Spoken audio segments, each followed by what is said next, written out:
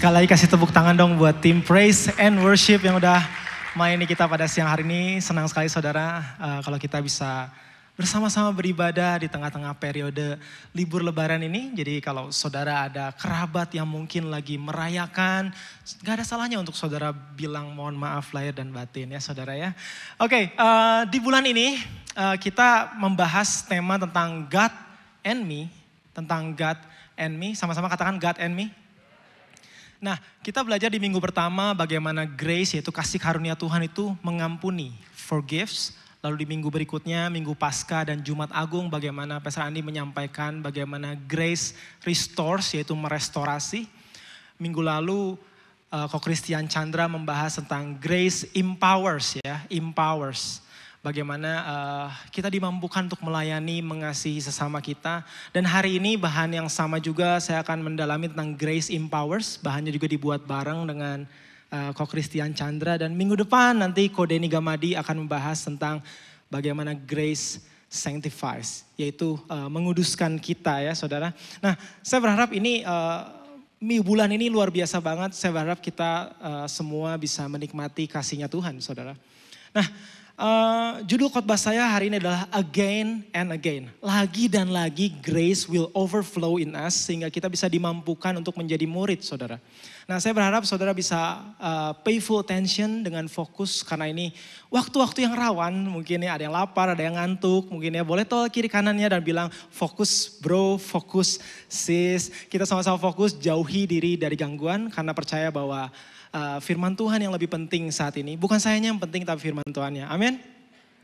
Oke, saudara saya mulai dengan gini. Waktu saya usia 10 tahun. Waktu itu kurang lebih saya kelas 5 SD. Saya sudah mulai menekuni olahraga basket. Ya, jadi dari SD, SMP, SMA, kuliah. Hari-hari saya itu dipenuhi dengan latihan, pertandingan, di situ saya banyak ketemu kawan, banyak ketemu lawan. Yang tadinya lawan main jadi kawan. Yang tadinya kawan juga jadi lawan. Ya. Terus setiap hari penuh dengan pertandingan, latihan, ada banyak menang tapi ada banyak juga kekalahan saudara.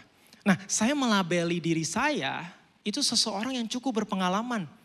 Belasan tahun berolahraga di basket. Singkat cerita 8 bulan yang lalu saya memutuskan untuk kembali ke dunia basket. Untuk mulai membina anak-anak kecil, anak-anak remaja untuk bermain bola basket. Saya membina masuk ke pelatihan. Ternyata yang dulunya teman dan kawan dan lawan ada yang duluan udah masuk ke dunia ini. Jadi pelatih basket. Ya, jadi pelatih basket juga. Nah singkat cerita adalah satu momen di mana yang tidak saya duga saudara. Tidak saya duga di mana momen itu saya bertemu dengan teman basket saya zaman dulu lagi ngelatih juga. Dia udah lebih duluan sih ngelatih. Tiba-tiba saudara, dia kasih masukan sama saya. Dia ngomong gini, Vin, kalau lu nyiapin materi latihan tuh menurut gua lu perlu siapin yang bener. Coba deh, berapa lama waktu lu latihan dengan bola dan tanpa bola. Supaya anak-anak lebih jelas. Masukan yang bagus kan saudara? Itu masukan yang bagus buat saya seharusnya. Tapi tahukah saudara bahwa apa yang ada di hati saya saat itu? Di hati saya muncul tiba-tiba kerekam pengalaman-pengalaman pertandingan dengan dia di masa lalu. Gue bilang gini dalam hati saya, ya elah lu main sama gue aja belum tentu menang. Sok-sok banget ngasih masukan. Ya elah lu inget gak? Zaman dulu waktu lu main sama gue, itu di hati saya sih, yang keluar gak gitu. Yang keluar biasa, kita kan orang Kristen ya. Iya, terima kasih. Iya, terima kasih. Ternyata yang keluar gak seperti itu di hati saya saudara. Oke, jadi faktanya kenapa? Waktu saya sadar ternyata saya penuh dengan kesombongan. Ternyata kenapa? Pengalaman dan keahlian seringkali menjadi hambatan dalam kita mendengarkan sebuah masukan. Setuju? Pengalaman dan keahlian di area di mana kita expert belasan tahun. Gue juga kalau main sama lu gue berani. Pengalaman dan keahlian itu menjadi hambatan dalam kita mendengarkan. Seringkali sih, gak selalu, seringkali. Mungkin saya aja. Dan saya sadar di situ ternyata saya pribadi yang tidak rendah hati. Sesombong itu saya itu. Ya, pengalaman dan keahlian seringkali menjadi hambatan dalam kita mendengarkan sebuah masukan. Jadi hati-hati saudara, mungkin saudara punya beberapa expertise ya yang mungkin saudara kerjain sekarang. Ini fakta yang sebetulnya secara psikologis kita nggak sadar dan itu saya sadari. Nah hari ini kita akan melihat kisah di Lukas 5 ayat 1 sampai 11 tentang Yesus memanggil murid-muridnya. Yang dimana kita akan zoom in tentang ceritanya yaitu Petrus. Nah ini penting banget saudara bagaimana kita benar-benar bisa melihat yang tadi saya ceritakan ternyata pernah kejadian di Alkitab. Kita lihat Lukas 5 ayat 1 sampai 5 terlebih dahulu ya. Pada suatu kali Yesus berdiri di pantai Danau Genesaret. Sedang orang banyak mengerumuni dia hendak mendengarkan firman Allah. Ini orang banyak yang mengerumuni dia. Ia melihat 2 perahu di tepi pantai, nelayan-nelayannya telah turun dan sedang membasuh jalannya. Ayat yang ketiga, ia naik ke dalam salah satu perahu itu yaitu perahu Simon. Berarti ini Yesus yang lebih dulu nih, nebeng ke perahunya Simon. Dan menyuruh dia supaya menolakkan perahunya sedikit jauh dari pantai. Supaya Yesus bisa berdiri di depan banyak orang itu. Lalu ia duduk dan mengajar orang banyak dari atas perahu. Saudara bisa bayangkan ya, dia ngajar, perahu Simon dipakai. Setelah selesai berbicara, nah ini menarik nih. Setelah selesai berbicara, ia berkata kepada Simon, bertolaklah ke tempat yang dalam. Dan tebarkanlah jalamu untuk menangkap ikan. Nah, saudara perhatikan gak di sini?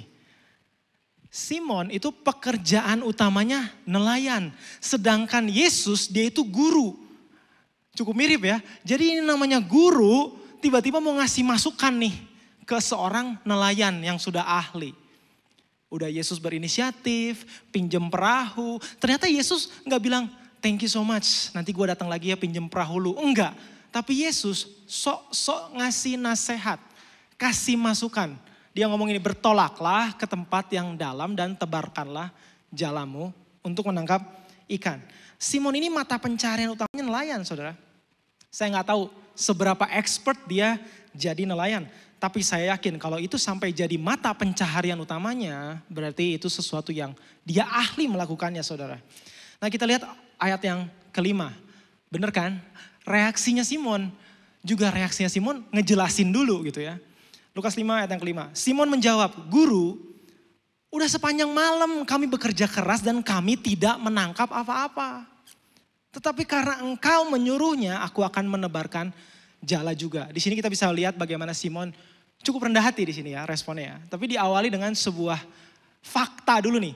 Guru, sepanjang malam kami bekerja dan kami tidak menangkap apa-apa. Di sini kita bisa lihat bahwa Simon ternyata udah bekerja keras semalaman, nggak dapat apa-apa. Ada kesimpulan tambahan yang bisa saya pelajari saudara. Berarti yang namanya pengalaman dan keahlian tidak menjamin kita bebas dari masalah, setuju? Pengalaman dan keahlian saudara di expertise tertentu itu tidak menjamin kita bebas dari masalah. Misalnya saudara udah menjadi dokter berapa lama, udah jadi pengusaha berapa lama di area tersebut. Itu tidak menjamin saudara menghadapinya lagi, tidak masalah. Misal saudara jadi dokter sudah cukup lama, belasan tahun.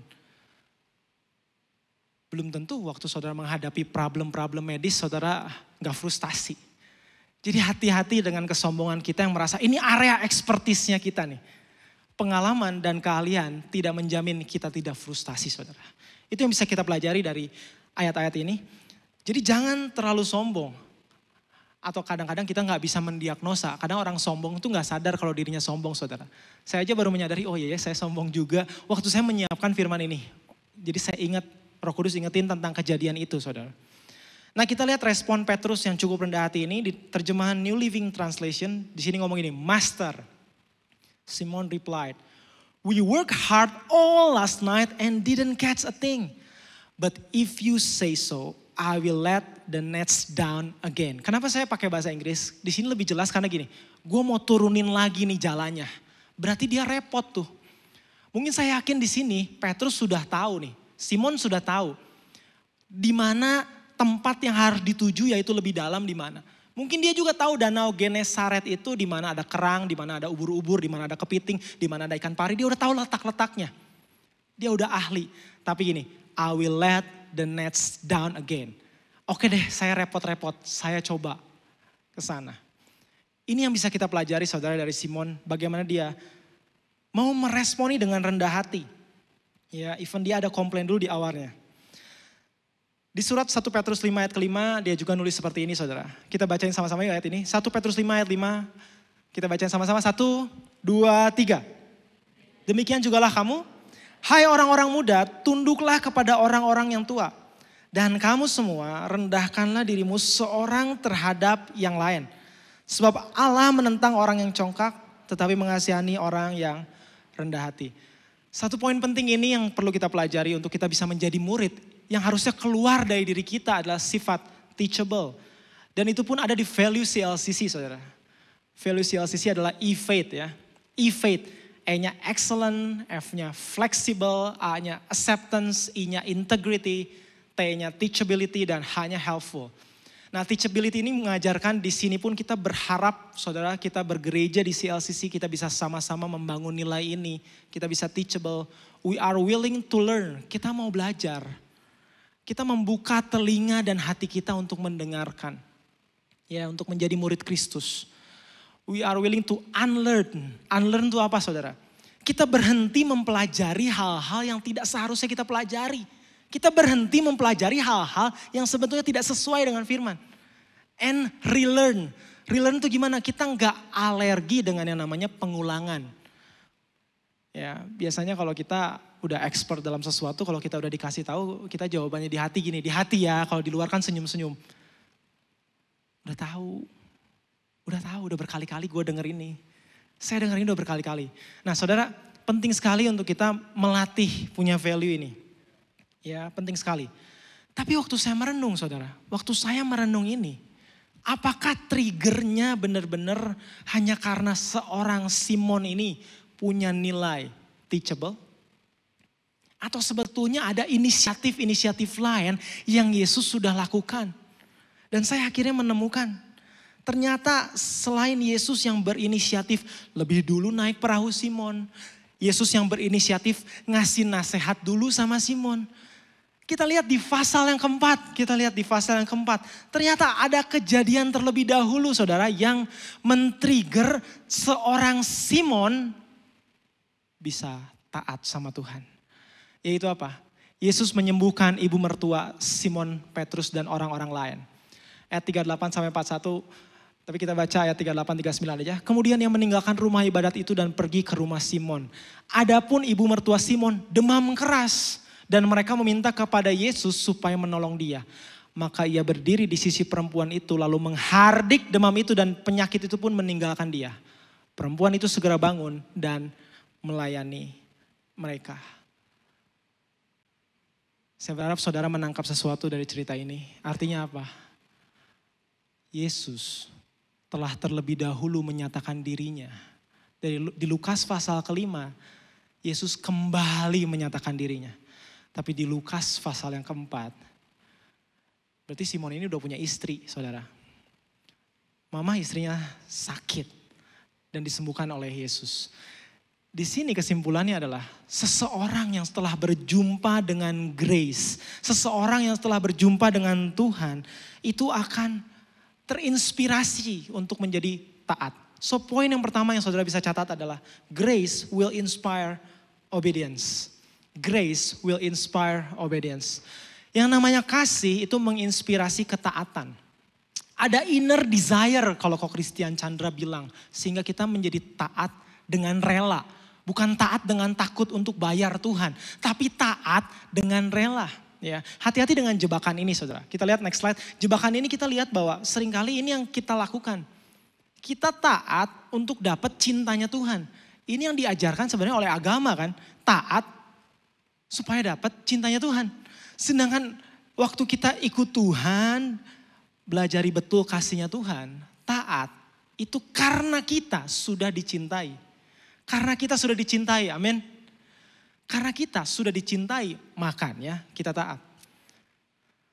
Saya pernah mengalami jebakan saudara.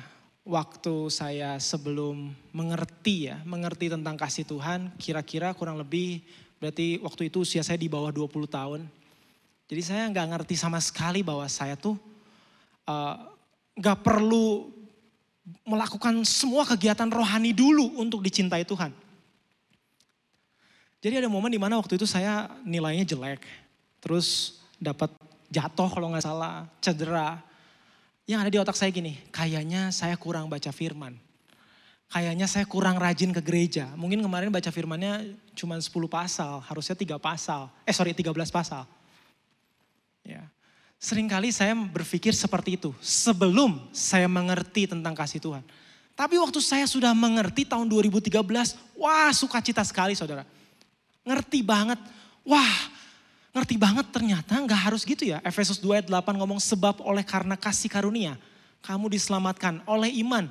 Bukan hasil usahamu, tapi pemberian Allah. Waktu saya ngerti itu, saya semakin rajin akhirnya baca firman. Karena tanpa beban, saya ngerti sudah aman dikasih Tuhan. Hati-hati dengan jebakan ini saudara. Ya.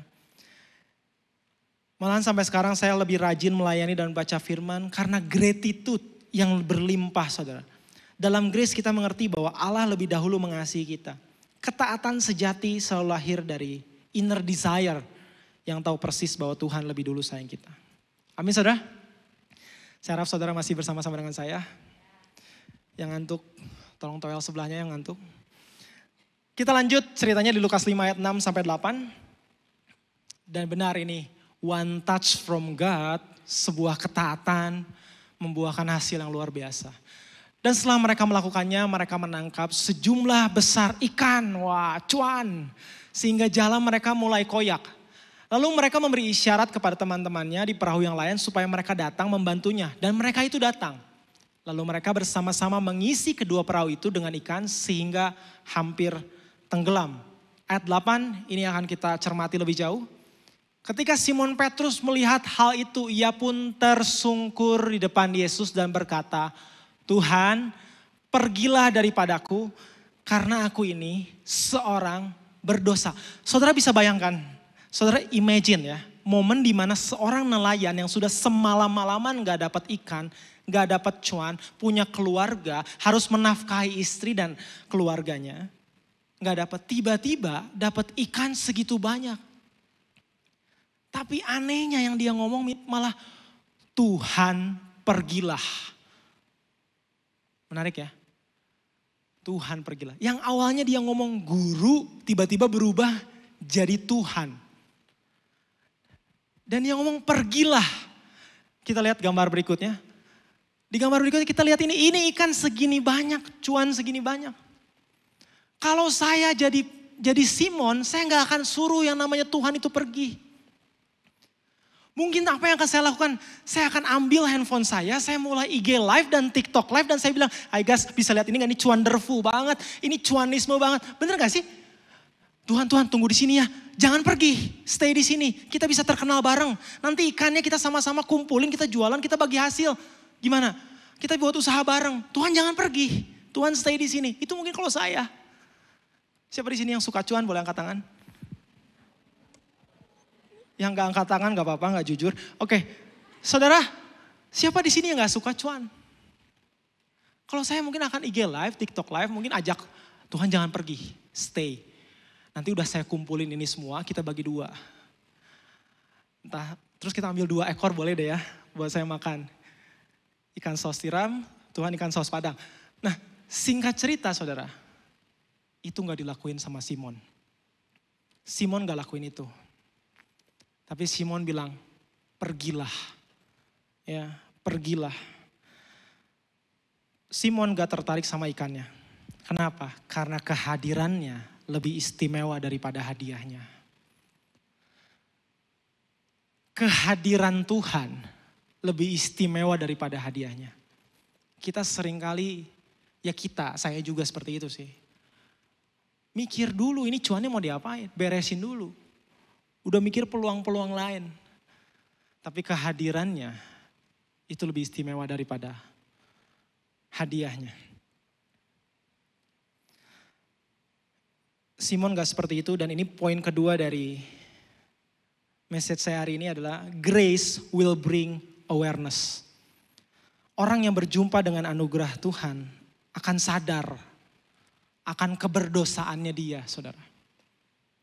Makanya dia ngomong, Tuhan pergilah, aku seorang berdosa. Bring awareness, membawa kesadaran akan 2 hal ini. Akan keberdosaannya, to our sinfulness and to God's holiness. Sama kekudusannya Tuhan. Makanya dia ngomong gini kan, pergi. Saya ini dosa banget. Nggak layak terima anugerah yang segini besar. Ikan-ikan segini banyak saya nggak layak. Saya banyak dosa. Mungkin dia mulai ke-rewind tentang dosa-dosa yang dia lakukan. Mungkin dia mulai ke-rewind tentang hatinya yang begitu licik. Maka dia ngomong, Tuhan pergilah. Aku seorang yang berdosa. Dia merasa gak layak dengan anugerah itu. Kita lihat ayat yang mendukung ini 1 Yohanes 1 ayat 8-9. Jika kita berkata bahwa kita tidak berdosa, maka kita menipu diri kita sendiri dan kebenaran tidak ada di dalam kita. Jika kita mengaku dosa kita, maka Ia adalah setia dan adil sehingga Ia akan mengampuni segala dosa kita dan menyucikan kita dari segala kejahatan. Menarik banget di ayat 8, kalau kita ngomong bahwa kita mah udah gak ada dosa, rajin ke gereja setiap minggu. Itu kita lagi menipu diri sendiri, firman Tuhan berkata. Saya saudara semakin mengenali Tuhan, 10 tahun yang lalu saya pertama kali ikut Tuhan, mulai melayani, terinspirasi dengan kasih Tuhan. Sepanjang jalan along the way, yang makin saya sadari adalah, wah, titel doang pelayan Tuhan.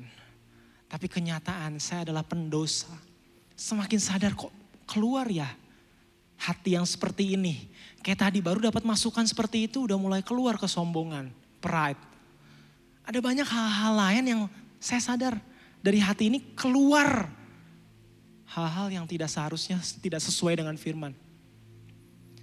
Maka dari itu semakin itu saya melimpah sadar bahwa saya pendosa. Tapi ada tambahan yang persis saudara, yang penting perlu saudara tahu bahwa kita adalah pendosa yang dicintai Tuhan, amin. Kita adalah forgiven sinner. Sampai kapanpun waktu kita berjumpa lagi dengan grace of God, kita perlu mengerti bahwa kita adalah forgiven sinner. C.J. Mahoney, pastor dari Sovereign Grace Church dari Amerika, membuat kutipan ini bagus banget. Only those who are truly aware of their sin can truly cherish grace. Hanya mereka orang-orang yang benar-benar sadar tentang natur dosanya yang bisa benar-benar merayakan anugerah Tuhan, yang gak nganggap enteng anugerah Tuhan. Makanya sama seperti Simon tadi, dia nyadar dia berdosa. Dan kalau kita lihat di bagian terakhir, ini bagian kita yang terakhir, ayat 9-11. Sebab ia dan semua orang yang bersama-sama dengan dia takjub oleh karena banyaknya ikan yang mereka tangkap. Demikian juga Yakobus dan Yohanes, anak-anak Zebedeus yang menjadi teman Simon. Kata Yesus kepada Simon. Again, grace overflows di sini. Waktu Simon bilang aku berdosa, Tuhan lagi yang nyamperin Simon dan bilang, jangan takut. Mulai dari sekarang engkau akan menjala manusia. Simon di sini bukan cuma diterima sama Tuhan, tapi Simon dipercaya tujuan baru. Bukan cuma diterima, tapi dipercaya tujuan baru. Nah ini waktu kita sadar bahwa grace overflows dalam kita. Itu yang memampukan kita untuk punya tujuan lain. Selain cuan. Selain memperkaya diri sendiri. Punya tujuan lain. Diberikan jabatan baru sebagai penjala manusia. Ayat terakhir Lukas 5 ayat 11. Dan sesudah mereka menghela perahu-perahunya ke darat, mereka pun meninggalkan segala sesuatu. Wow, lalu mengikuti Yesus. Di terjemahan The Message ditulis gini, they put their boats up on the beach, left them nets and all. Ada kata nets, artinya apa itu? Jala yang biasanya jadi mata pencaharian Simon ditinggalin. Lalu ikut Tuhan. Kita lihat dulu foto-foto cuan dan jala ini. Nah ini saudara, ditinggalin semua ini yang namanya jala, ikan. Dan dia ikut Yesus. Saya kalau jadi Simon belum tentu loh mau tinggalin itu semua.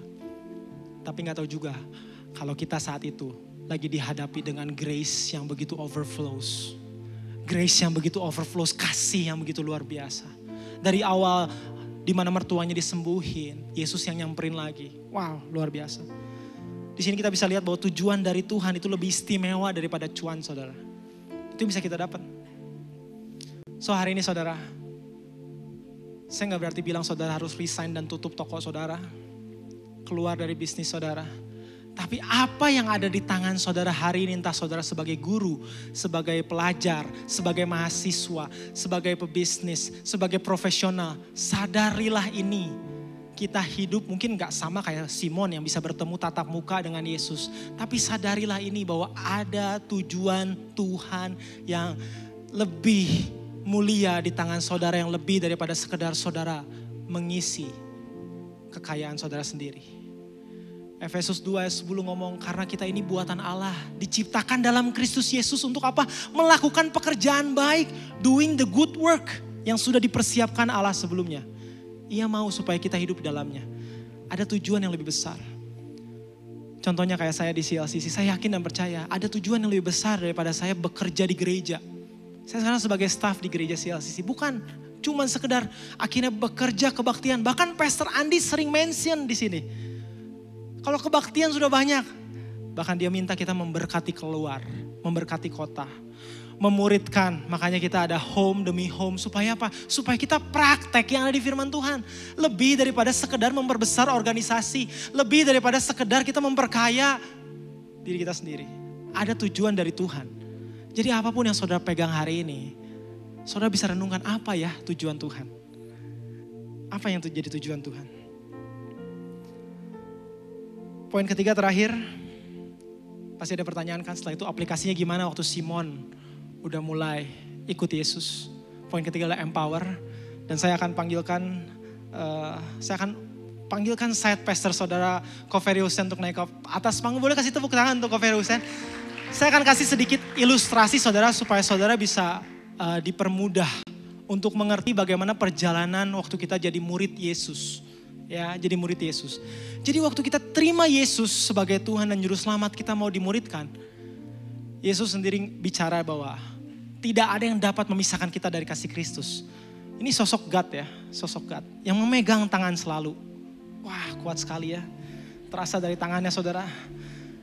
Sosok yang sangat kuat memegang tangan kita ya. Dan waktu Simon ngomong, aku akan tinggalin segala sesuatu. Aku mulai ikut Tuhan. Simon memegang balik tangan Tuhan. Wajahnya, matanya lihat sama Tuhan. Mulai ikut Tuhan. Iya, berjalan. Yang tadinya gak bisa jadi bisa. Di coaching saudara, yang tadinya gak bisa jadi bisa. Di teaching, yang tadinya gak ngerti jadi ngerti. Ya, di mentoring. Dan akhirnya benar kan? Saudara, dia akhirnya bisa jadi menjala manusia. Karena dia ngelihat terus Tuhan. Tibalah satu titik, dia akhirnya bisa berjalan di atas air. Kita lihat slide ini, dia berjalan di atas air saudara. Tapi saudara sadar gak? Waktu jalan di atas air, Simon sempat jatuh. Kenapa jatuh? Karena dia berhenti, dia lepasin tangannya dari Tuhan. Matanya yang tadinya lihat Tuhan, jadi lihat yang lain. Mungkin itu terjadi dalam kehidupan kita saudara. Waktu ada yang mengalihkan perhatian kita dari Tuhan. Mungkin itu cuan yang lain, mungkin itu bukan berarti cuan jelek ya saudara ya. Mungkin itu hal-hal yang pokoknya menarik perhatian kita lebih daripada Tuhan. Dan akhirnya dia jatuh kan. Dia jatuh. Tapi waktu dia jatuh, saudara sadar gak? Tangan Tuhan selalu memegang kita. Itu grace yang empower kita. Dan akhirnya apa? Grace again and again overflow in us. Dan dia kembali bisa pegang tangan Tuhan lagi. Mulai jalan lagi. Ada satu momen akhirnya waktu Yesus harus bilang bahwa dia akan disalib. Dia akan diserahkan ke tangan orang berdosa. Yang namanya Simon ternyata punya karakter emosional. Dia gak terima kalau namanya Tuhannya harus diserahkan ke tangan orang berdosa. Akhirnya apa? Gak mungkin gitu. Dilepasin tangannya. Berhenti. Enggak masa cara Tuhan nyelamatin dunia kayak gitu harus mati. Kita lihat ayat berikutnya. Ditegur sama Tuhan. Coba misalnya Tuhan yang ngomong. Enyahlah iblis, engkau suatu batu sandungan bagiku. Sebab engkau bukan memikirkan apa yang dipikirkan Allah, melainkan apa yang dipikirkan manusia. Wow. Saudara, kadang waktu kita ikut Tuhan, ada teguran yang datang. Kita dituntut untuk jadi taat. Ini Simon ditegur Tuhan cukup keras. Dan akhirnya dia bisa ikut lagi Tuhan. Again, dia gak bisa terima kalau Tuhan harus ninggalin dia. Muncullah ayat berikutnya, ini saya bacain aja kok, tadi soalnya lumayan sadis. Lukas 22 ayat 31-33, Simon, dia mulai lepas tangannya nih ya. Yesus ngomong gini, lihat iblis telah menuntut untuk menampi kamu seperti gandum. Tetapi aku telah berdoa untuk engkau supaya imanmu jangan gugur dan engkau jikalau engkau sudah insaf. Kuatkanlah saudara-saudaramu. Jawab Petrus, Tuhan gak mungkin gue kayak gitu. Aku bersedia masuk penjara dan mati bersama-sama dengan engkau. Kita lihat ayat berikutnya lagi, ayat 34. Tetapi Yesus berkata, aku berkata kepadamu Petrus, hari ini ayam tidak akan berkokok sebelum engkau 3 kali menyangkal bahwa engkau mengenal aku. Tibalah dalam dosa Petrus yang luar biasa. Dia menyangkal 3 kali. Dan di situ yang namanya Simon merasa bersalah. Dia gak berani lagi lihat Tuhan. Dia mikir mungkin tangan Tuhan sudah gak ada. Dia kembali jadi nelayan, dia merasa malu, dia feel guilty, gak mau lihat Tuhan. Tapi lihat again, tangan Tuhan tidak pernah lepas dari kita, amin. Gak pernah lepas. Dan itu yang terjadi, bahkan setelah Yesus bangkit di hari ketiga. Yesus, bayangkan ini, Yesus bilang ke murid-muridnya. Dilihat di ayat berikutnya, Markus 16 ayat 7. Ini Yesus ngomong di 3 hari kemudian, dia ngomong ke Maria, ke perempuan-perempuan, pergilah katakanlah kepada murid-muridnya dan kepada Petrus. Again and again kasih karunia Tuhan yang menghampiri Simon Petrus. Ia mendahului kamu ke Galilea. Di sana kamu akan melihat dia seperti yang sudah dikatakannya kepadamu. Wow, di situ Simon lagi gini, nyeret-nyeret Tuhan bahkan. Kok kuat amat. Tapi kenyataannya Tuhan gak pernah lepasin tangannya. Tibalah dalam sebuah percakapan di sarapan. Bener, Yesus datang ke Galilea, ada Simon lagi jadi nelayan lagi. Saudara mungkin ingat ini khotbah bagaimana grace forgive di awal bulan dari Joshua Iwan Wahyudi. Saudara ingatkah 3 kali Petrus menyangkal Yesus. Dan 3 kali juga Yesus menanyakan hal yang sama tentang kasih ke Simon. Dan 3 kali juga again and again Yesus mempertajam kembali identitas Simon untuk menggembalakan domba-dombanya. So again, grace again and again membuat kita mampu menjadi murid. Dan akhirnya setelah itu, ini statement saya terakhir, grace will enable us to follow God again and again. Akhirnya kita tahu saudara bahwa Simon kembali bisa ikut Yesus. Bahkan setelah Yesus naik ke sorga, dia tetap melayani Tuhan sampai akhir hidupnya. Pelajarilah hidup ini saudara dari Simon. Bagaimana apapun yang saudara pegang hari ini, ada tujuan Tuhan. Dan kasih karunia Tuhan tidak pernah melepas tangannya sekalipun. Ya, saya ajak saudara sekalian bangkit berdiri, kasih tepuk tangan buat Ko Ferry. Udah kok, cukup kok. Saya ajak saudara untuk bangkit berdiri, mari kita sama-sama sembah Tuhan.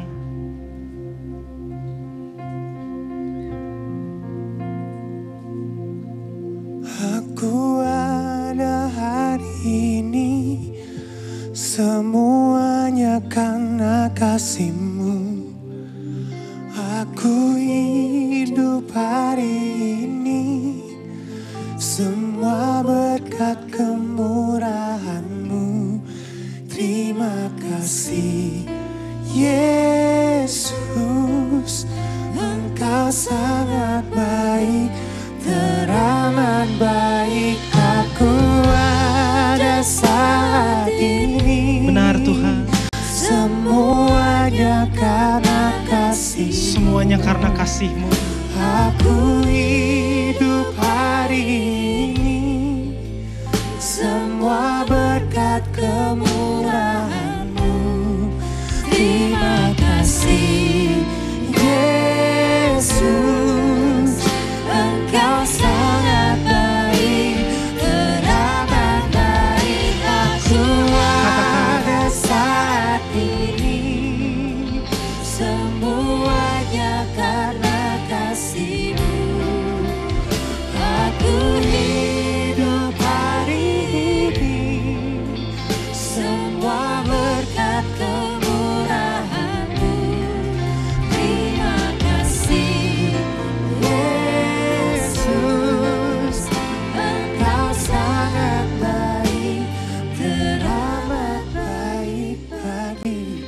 Saudara, mungkin saudara hari ini datang. Saudara pernah bilang bahwa saya pernah jadi murid Tuhan. Tapi hari ini saudara lagi capek. Rasanya gak sesuai dengan apa yang saudara mau tentang ikut Tuhan. Atau mungkin saudara hari ini datang dengan bilang bahwa boro-boro lihat tangan Tuhan pegang saya, pegang kita. Saya gak ngerasa kehadiran Tuhan. Saya gak ngerasa kehadiran Tuhan. Saudara, saya mau bilang bahwa iya, mungkin saudara saat ini gak bisa lacak tangannya Tuhan. Tapi percayalah bahwa kenyataan saudara itu bukan segalanya. Ada kebenaran firman Tuhan yang berkata bahwa tidak ada yang dapat memisahkan kita dari kasih Kristus. Waktu saudara gak bisa lacak tangannya Tuhan, sama-sama kita belajar percaya hatinya Tuhan. Waktu kita gak bisa lacak di mana tangannya, percayalah hatinya Tuhan yang bicara bahwa tidak ada yang dapat memisahkan kita dari kasih Kristus. Amin. Saya mau berdoa buat saudara yang mungkin merasakan itu. Merasakan Tuhan sepertinya sedang melepas tangannya. Merasakan sepertinya lagi lelah ikut Tuhan. Cuma sebuah rutinitas. Sama-sama kita berdoa yuk. Bahwa grace again and again will overflow in us. Tuhan, berdoa Tuhan buat setiap kami Tuhan. Pada siang hari ini. Yang mungkin datang dengan pertanyaan demi pertanyaan yang bertanya, di mana Engkau, di mana tangan Tuhan. Firman-Mu berkata Tuhan, tidak ada yang dapat memisahkan kita dari kasih Tuhan. Kasih Tuhan sempurna. Kami perfectly love Tuhan. Berdoa Tuhan, bahwa setiap kami bisa merasakan kasih itu lagi dan lagi Tuhan. Again and again, sehingga itu yang memampukan kami untuk ikut Tuhan. Menjadi murid Tuhan. Mau taat dengan rela dengan firman Tuhan. Dengan senang hati, dengan sukacita. Karena kasih yang berlimpah. Sehingga tidak ada alasan untuk kami tidak ikut Tuhan. Dan kami percaya Tuhan, kasih itu juga yang terus mengingatkan kami ketika kami ada kesombongan. Ketika kami mungkin merasa diri sombong rohani bahkan Tuhan. Itu akan membawa kami bring awareness kepada kami sehingga kami sadar akan kekudusan Tuhan yang kami gak layak terima. Akan keberdosaan kami yang parah sekali tapi kami tetap diampuni. Dan kami juga percaya Tuhan waktu grace overflow in us. Itu yang akan memberdayakan kami untuk menjadi mirip dengan Tuhan. Terima kasih Tuhan, terima kasih buat firman Tuhan yang luar biasa. Biar kami semua bisa menghidupi ini. Menjadi murid Yesus dengan sukacita. Terima kasih Tuhan, terima kasih. Kalau sebentar kami akan memberikan persembahan kami Tuhan. Biar kami memberi juga bukan dengan paksaan. Tapi dengan kerelaan, dengan sukacita. Karena kami percaya kami terlebih dahulu dicintai Tuhan. Terima kasih dalam nama Yesus. Amin, amin. Silakan duduk saudara, silakan beri.